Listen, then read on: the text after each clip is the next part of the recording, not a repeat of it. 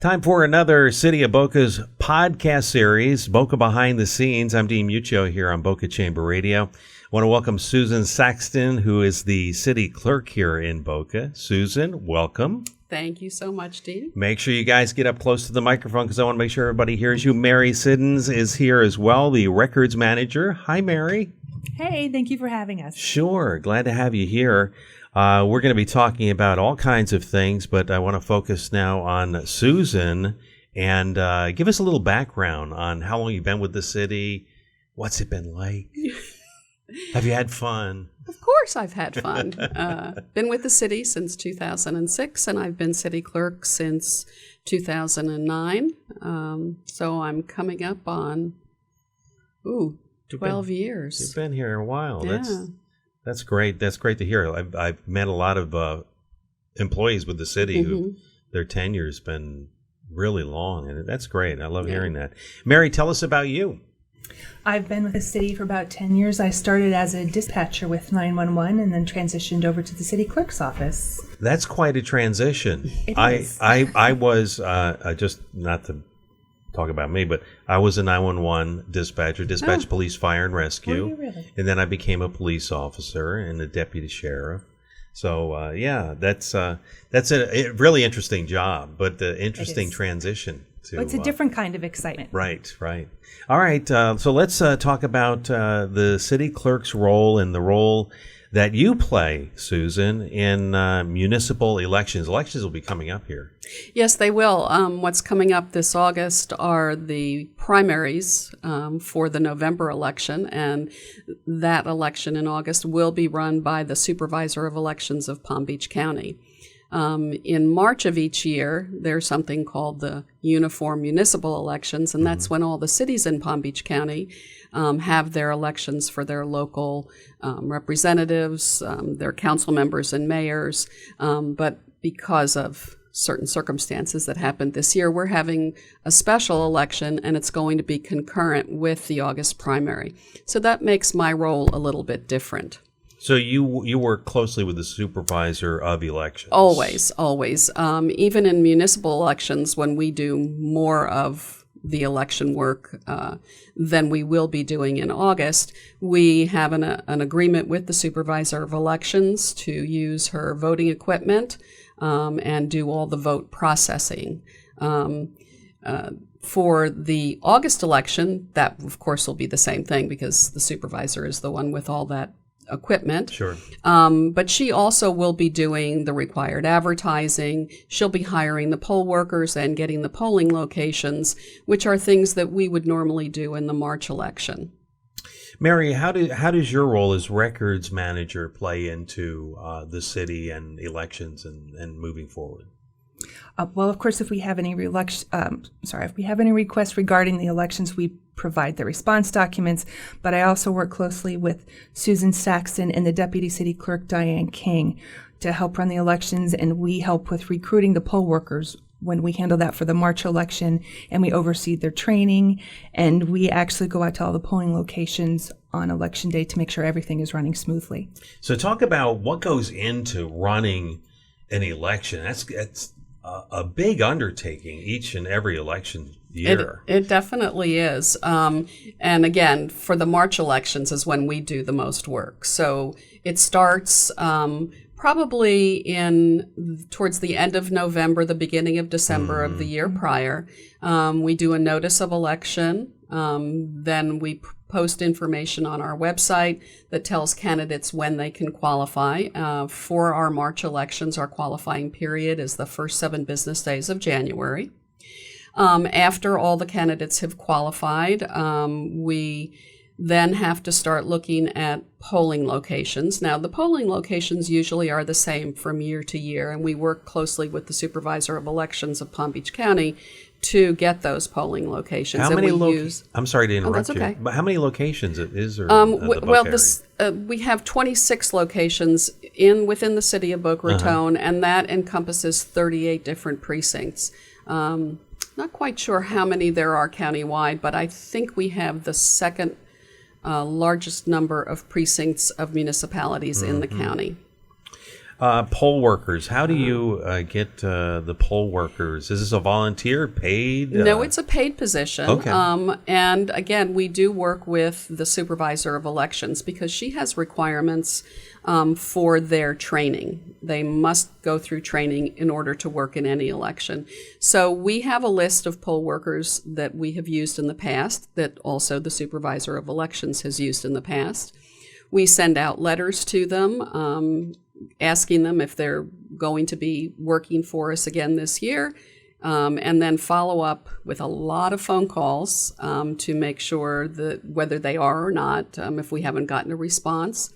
And then usually there are, how many, Mary, that you think we might have to get new each year because people, for whatever reason, they don't want to work anymore? We generally have about 200 poll workers in election, and we may have to change out 20 to 30 depending on availability. And of course, for an election in August, the supervisor of elections is going to have to do a little work because a lot of folks aren't down here in the middle of the summer. So. Right. So Snowbirds Some of them are, I think. Yes. are part of the elections here. Correct. Because of how long they're a resident here? Well, they have to establish their residency in Florida to Sure. be able to vote.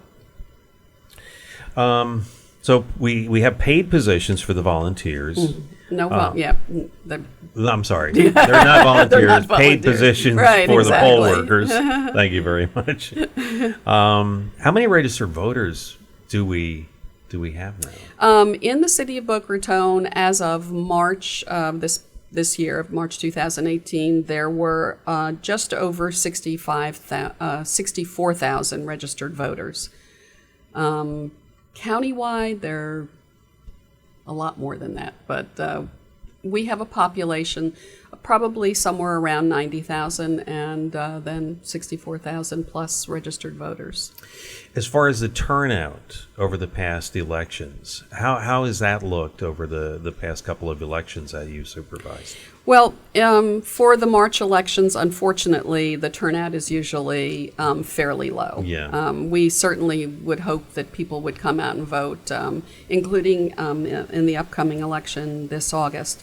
But for instance, we just had an election in March of 2018, and only about just under 15% of the electorate voted in that election. So there were 9,500 ballots cast in that election. The previous year, there was a little bit of a more contentious race going on. So in March of 2017, just under 12,000 people voted. So that was a turnout of over 18%, which is pretty good for our municipal elections, sadly. Can either one of you talk about early voting? How does that work? And as far as registering to vote? Well, early voting is done usually just for the primaries and the November election, because in state statute that's required.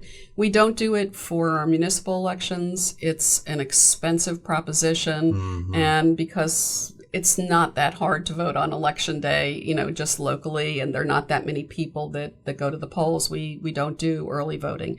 But this August, early voting for the primary election will begin on Monday, August 13th, and it'll run through Sunday, August 26th. And in Boca Raton, you will be able to do your early voting at the downtown library, which is at 400 Northwest 2nd Avenue. The polls during early voting are going to be open from 10 in the morning until 6 in the afternoon every day. There will be other locations countywide that those will be posted on the Supervisor of Elections website. We're talking with Susan Saxton, City Clerk, and Mary Siddons, the Records Manager for the City of Boca. It's a new podcast series that we've got going on, Boca Behind the Scenes, and you're listening to it on Boca Chamber Radio. What will we be voting on? What's on the ballot on August 28th?